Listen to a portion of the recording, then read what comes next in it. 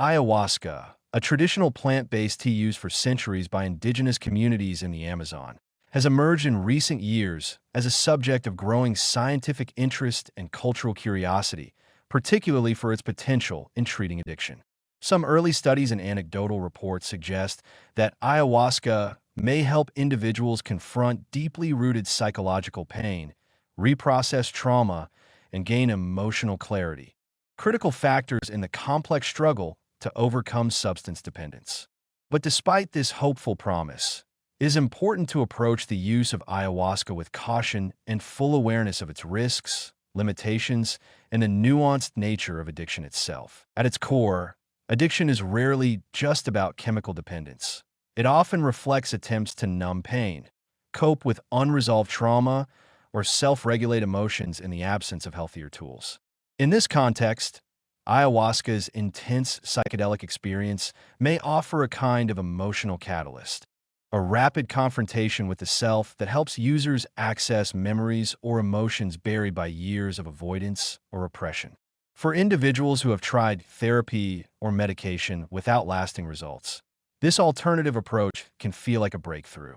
The brew's active ingredient, DMT, acts on serotonin receptors in the brain, altering consciousness in ways that many describe as spiritual or even visionary.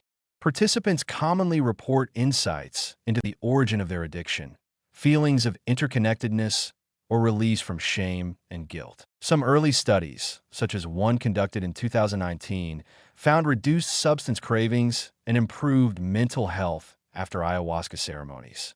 Similar research in Brazil and Canada suggests potential in decreasing alcohol and tobacco use.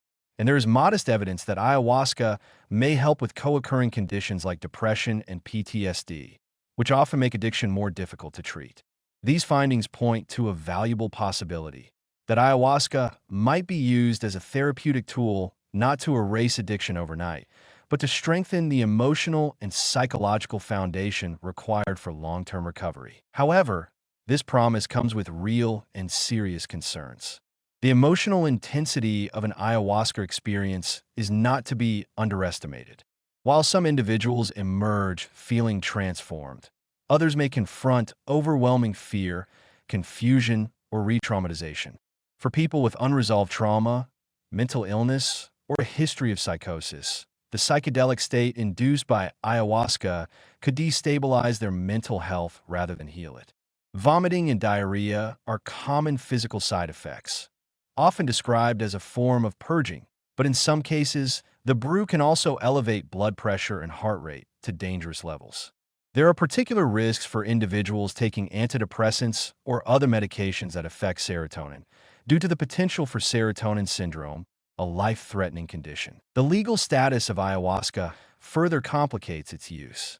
While it is permitted in ceremonial settings in countries like Peru and Brazil, it remains illegal or highly restricted in much of the world, including the United States. This drives many people to unregulated retreat centers, some of which lack trained medical supervision or ethical standards.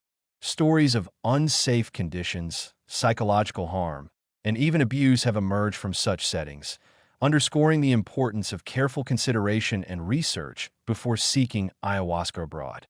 The spiritual and therapeutic potential of the brew should not overshadow the very real risks associated with poorly monitored use. Importantly, ayahuasca should never be viewed as a replacement for evidence-based addiction treatments like cognitive behavioral therapy, support groups, or medically assisted detoxification.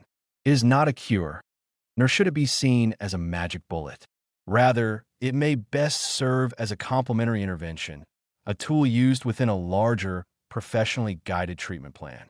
Addiction is a deeply personal and complex condition, and what helps one person may be harmful to another.